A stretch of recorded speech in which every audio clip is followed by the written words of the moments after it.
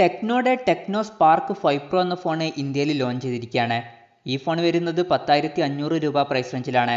ഇന്ന് നമ്മൾ നോക്കാൻ പോകുന്നത് ടെക്നോ സ്പാർക്ക് 5 പ്രോ എന്ന ഫോണിൻ്റെ വിശേഷങ്ങളാണ്. അതിനു മുമ്പ് ഇതുപോലുള്ള വീഡിയോസ് ഇനിയും കാണാൻ താല്പര്യമുണ്ടെന്നുണ്ടെങ്കിൽ ഈ ചാനൽ ഒന്ന് സബ്സ്ക്രൈബ് ചെയ്യാവുന്നതാണ്. പിന്നെ അടുത്ത് വരുന്ന ഒരു ബെല്ലൈക്കണും കൂടി എനേബിൾ ചെയ്ത് വെച്ചാൽ ഞാൻ വീഡിയോസ് അപ്ലോഡ് ചെയ്യുമ്പോൾ തന്നെ നിങ്ങൾക്ക് അതിൻ്റെ നോട്ടിഫിക്കേഷൻ ലഭിക്കുന്നതായിരിക്കും.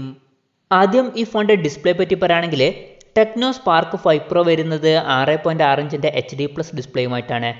ഇപ്പം ഈ ഒരു പ്രൈസ് റേഞ്ചിൽ മിക്ക ഫോണുകളിലും HD റെസൊല്യൂഷനാണ് വരുന്നത്.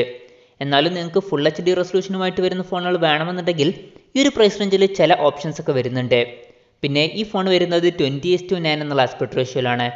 ഈ ഫോണിൽ നമുക്ക് ഒരു പഞ്ചോൾ ഡിസ്പ്ലേ ആണ് ലഭിക്കുന്നത്. ഫോണിൻ്റെ പഞ്ചോൾ വരുന്നത് ടോപ്പ് ലെഫ്റ്റ് ഭാഗത്തായിട്ടാണ്. പിന്നെ ഈ ഫോണിൽ നമുക്ക് ഏകദേശം 90.2% സ്ക്രീൻ ടു ബോഡി റേഷ്യോ ലഭിക്കുന്നുണ്ട്. ഈ ഫോണിൻ്റെ പീക്ക് ബ്രൈറ്റ്നസ് വരുന്നത് 450 നിറ്റ്സ് ആണ്. ഫോണിൻ്റെ ഫിംഗർ പ്രിൻറ്റ് സെൻസർ വരുന്നത് ഫോണിൻ്റെ ബാക്കിലാണ്. ഫോണിൻ്റെ ബാക്കിൽ പ്ലാസ്റ്റിക് ബാക്ക് ബോഡിയാണ് കൊടുത്തിരിക്കുന്നത്.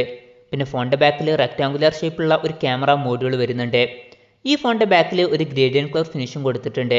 അപ്പോൾ അത്യാവശ്യം സ്റ്റൈലിഷ് ആയിട്ടുള്ള ഒരു ഡിസൈൻ ഈ ഫോണിൽ വരുന്നുണ്ട്.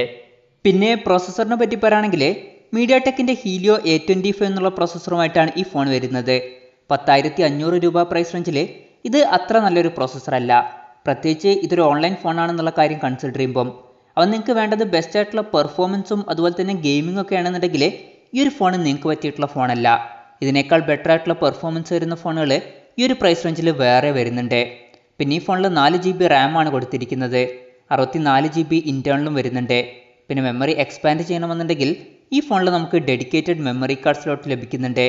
അതായത് 2 സിം യൂസ് ചെയ്യുമ്പോൾ തന്നെ ഒരു മെമ്മറി കാർഡ് നമുക്ക് സെപ്പറേറ്റ് ആയിട്ട് യൂസ് ചെയ്യാം. പിന്നെ ഈ ഫോണിൽ 3.5mm ഓഡിയോ ജാക്ക് കൊടുത്തിട്ടുണ്ട്.